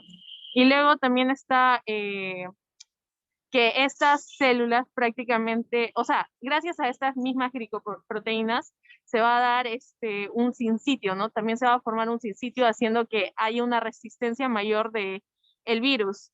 Y bueno, también lo que bien han explicado, la variación genética que se va a ir dando de acuerdo a la persona infectada. Y bueno, eso es todo lo que puedo decir, profesor. Perfecto, muchísimas gracias, Valeria. Jonathan, te escuchamos. Sí, doctor. Bueno, en el artículo yo había leído, justo como mis compañeros comentaron acerca de la infección primaria o aguda del VIH, ¿no? Y nos mencionaba que justamente que cuando el virus ingresa al cuerpo, la detección del virus por diferentes métodos en este caso, va a provocar, o bueno, la detección del virus va a estar asociada justamente a los primeros síntomas de la fiebre, donde se podría presentar mialgias, entre otros síntomas, ¿no? Y posterior a cuando se presenten los síntomas, el artículo mencionaba que se activaba el sistema inmune. Y cuando se activaba el sistema inmune, disminuía la carga viral y nos hablaba sobre un punto de ajuste viral. Y esa parte donde mencionaba el punto de ajuste viral, donde nos decía que si el punto de ajuste viral es alto, donde yo entendía que el punto de ajuste viral significa que cuando el sistema inmune actuaba, entonces disminuía la carga viral. Y el artículo nos menciona, si el punto del ajuste viral es alto, entonces la gravedad del VIH va a ser mayor. Y si el punto de ajuste viral es bajo, entonces la gravedad del VIH va a ser menor. Esa parte es lo que mencionaba, pero que también tenía duda. O sea, aquí se refería que sea mayor si el punto de ajuste viral es alto, porque yo pienso que eso nos indica más bien que el sistema inmune estaría actuando favorablemente. Así es. Hay un detalle, por ejemplo, los síndromes de, ¿cómo le llaman? No me acuerdo si es de reactivación. Hay unos síndromes de reconstitución inmune, en los cuales empiezan a subir los linfocitos CD4 y empiezan a atacar con todas a los gérmenes oportunistas. Y lo que vas a tener es un empeoramiento clínico del paciente. Aunque parezca mentira, habiendo mejorado con el tratamiento, empeora por el síndrome de reconstitución inmune, se llama, que es algo muy interesante. Se ve, por ejemplo, en tuberculosis. Yo les recomiendo que lean un poco de reconstitución inmune. Son casos no tan frecuentes, pero cuando los observamos suelen ser un poco aparatosos y hay que estar preparados para verlos. Entonces, este juego de inmunidad y el ataque viral tiene varias aristas, ¿no? Que que nos terminan sorprendiendo y siempre tenemos que estar actualizándonos al respecto. ¿Ya? Ok, doctor, o sea, lo que nos indica es que el punto de ajuste viral alto es algo momentáneo y luego justamente va a haber una disminución ya más considerable de los linfocitos TCD4. Exacto. Al comienzo, por ejemplo, chicos, cuando tenemos el síndrome retroviral agudo, todavía los anticuerpos no se producen. ¿Cómo se hace el diagnóstico cuando el paciente viene con un síndrome mononucleósico? ¿Cómo hacen el diagnóstico? Está en periodo ventana todavía. Pero ustedes sospechan, viene el paciente con fiebre, linfadenopatías, dolor de garganta, bastante decaimiento, malestar general, puede haber un poco de patogenomegalia, un rash. ¿Cómo hacemos el diagnóstico ahí? Supongamos que sospechamos que está haciendo un síndrome retroviral agudo. ¿Cómo le harían el diagnóstico? Profesor, ¿no era por la cantidad de ARN disperso? Claro, en ese caso tenemos que hacer, si la sospecha es alta, tenemos que hacer una reacción de cadena de polimerasa, ¿no? Para buscar copias del ARN viral, efectivamente. ¿Ya? Ahí no va a haber anticuerpos, pero sí va a haber ARN viral. Jonathan.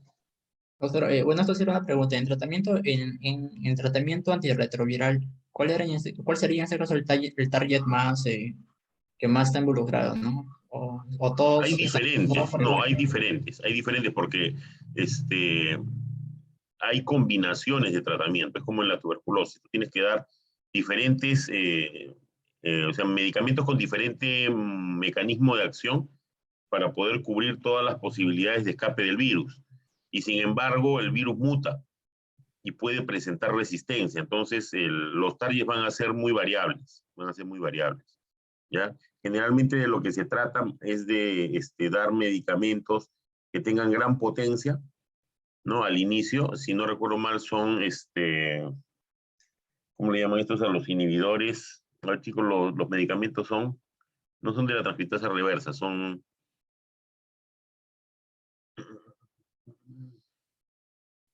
Hay como tres inhibidores de la función y también inhibidores de los receptores. No, el ritonavir, por ejemplo.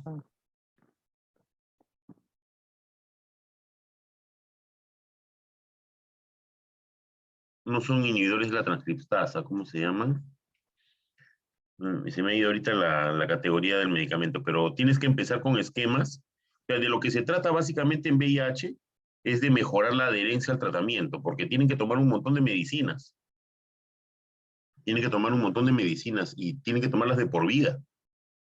Y sin embargo, tomando el tratamiento, yo alguna vez he atendido en emergencia a un señor que se veía de lo más normal, y él y su mujer estaban infectados y habían tenido un hijo. El hijo estaba libre de infección porque se había hecho el tratamiento para evitar la transmisión vertical, y tanto él como su mujer llevaban una vida aparentemente normal, con un recuento de linfocitos CD4 normal, con un mínimo de copias, ¿no? del virus, y se mantenían bien como si fuera un hipertenso, un diabético que toma todos los días su medicina de manera crónica, nada más, ¿no? Entonces, el tratamiento se personaliza y tiene que tratar de mejorarse la adherencia. Entonces, lo que se está haciendo es combinar medicamentos que también no sean, ¿cómo se llama? Que no se anulen entre sí, que no tengan efectos secundarios cuando se juntan también. Entonces, es todo un arte realmente el manejo de pacientes con VIH actualmente, y cada día va mejorando en el sentido, como les digo, de que se trata de juntar todo en una sola tableta, por ejemplo, para que el paciente tenga que tener menos tomas al día y de esa manera pueda mejorar la adherencia. Sí, Valeria. Una consulta, doctor. El CD4 entonces se puede anular, pero eso no implicaría también daños a nivel inmunológico. No entiendo, no entiendo bien tu pregunta.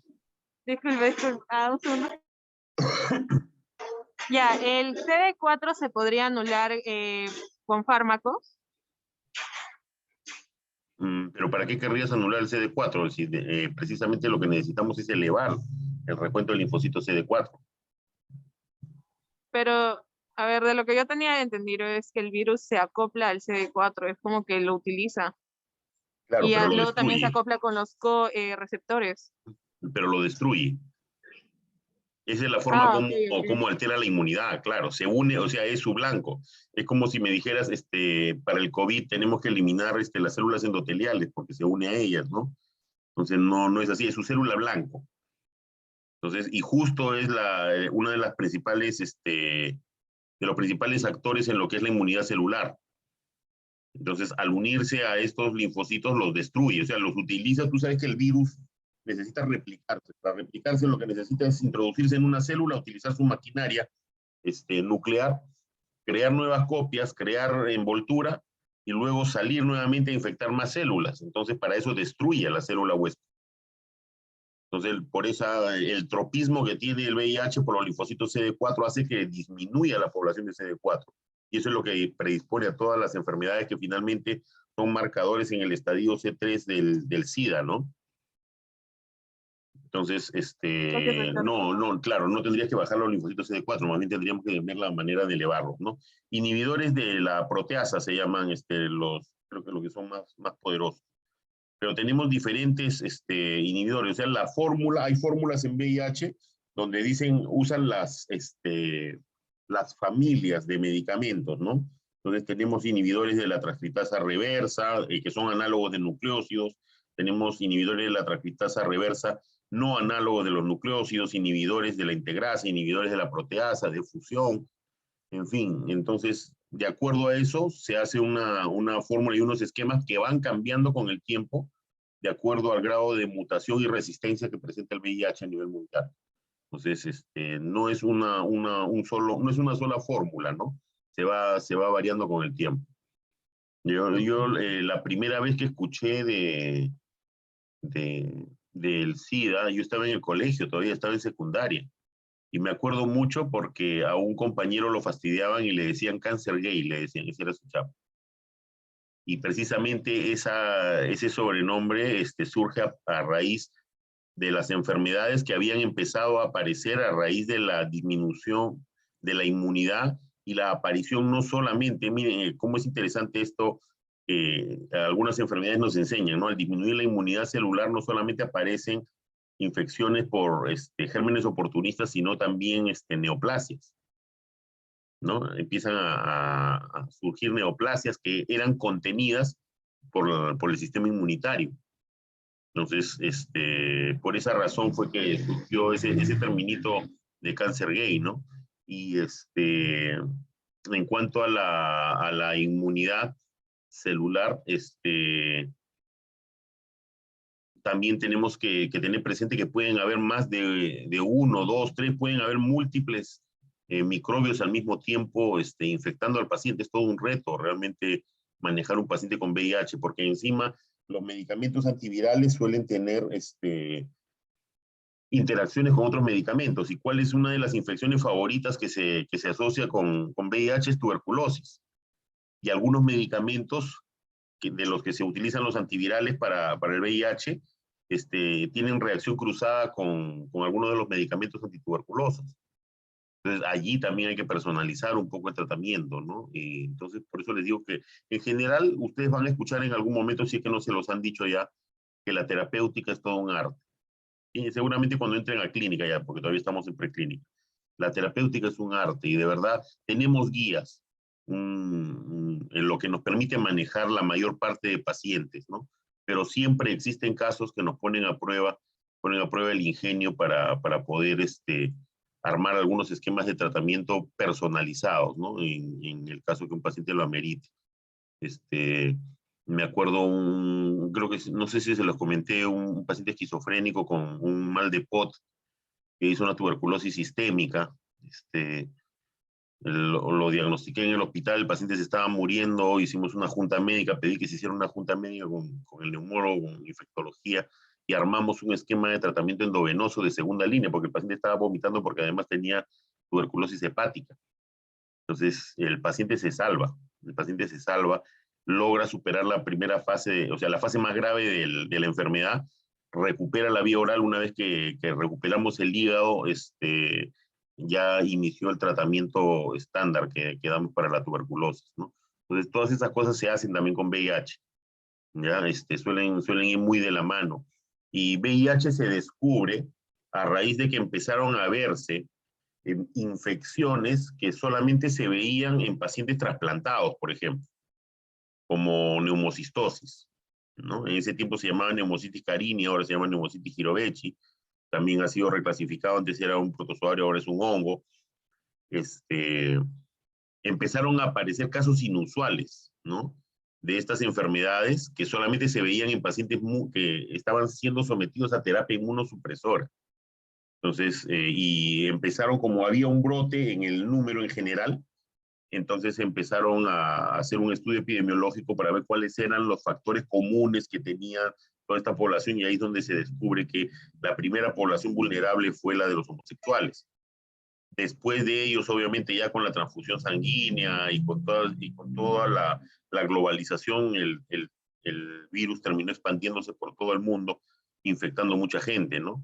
Entonces, como les digo, actualmente se puede vivir con VIH, ¿no? Sigue la investigación, se están probando vacunas para ver si se puede evitar el contagio, pero esto todavía tiene para largo, ¿no? Jonathan. Doctor, ¿y existe alguna causa fisiológica, no sé, de por qué algunos pacientes han superado el VIH? Porque he leído casos. Esos pacientes están en estudio, ¿no? Para ver cuál es la razón. Todavía no se No se sabe a ciencia cierta. Aparentemente hay gente que también tiene algunas, me parece, corríjame chicos si que lo han leído, creo que los pacientes que tienen anemia drepanocítica tienen menos posibilidad de hacer VIH, me parece. Algo de eso leyeron. Hay algunos pacientes con algunas enfermedades que tienen menos probabilidad de hacer VIH que el resto de la población. Entonces son cuestiones que ustedes ya saben, ¿no? Predisposición genética, factores ambientales, comorbilidades, ¿no? Entonces todo eso no es un asunto unicausal, ¿no? Tiene siempre múltiples aristas el hecho de la interacción entre los huéspedes. ¿Perdón? A ciencia cierta aún no se sabe a qué se debe que no presente drásticamente el VIH o su progresión sea lenta o casi nula, ¿no? No, tenemos los progresores lentos y los progresores rápidos, ¿no? Hay tres, eso ya depende de los progresores individuos. rápidos, lentos y los que no progresan, creo, según la lectura. Claro, en teoría no se sabe porque todavía no eliminan tampoco el virus, ¿no? En cualquier momento puede reactivarse. En ese caso serían algunos progresores lentos, ¿no? Claro, es una enfermedad muy interesante. Realmente las enfermedades que estamos viendo en este curso son todas muy interesantes. La miastenia gravis, de la que han hablado antes, también es muy, muy interesante, ¿no? Entonces, el tema es padecer las enfermedades. Para nosotros va a ser siempre un caso interesante, un desafío inclusive para el diagnóstico, pero obviamente para los pobres pacientes siempre resulta una cruz, ¿no? Bien, chicos, excelente. Ese es el ambiente que han generado ustedes. Me ha encantado como les digo, su interacción. Está muy bonita. ¿Algún otro aporte, alguna otra pregunta?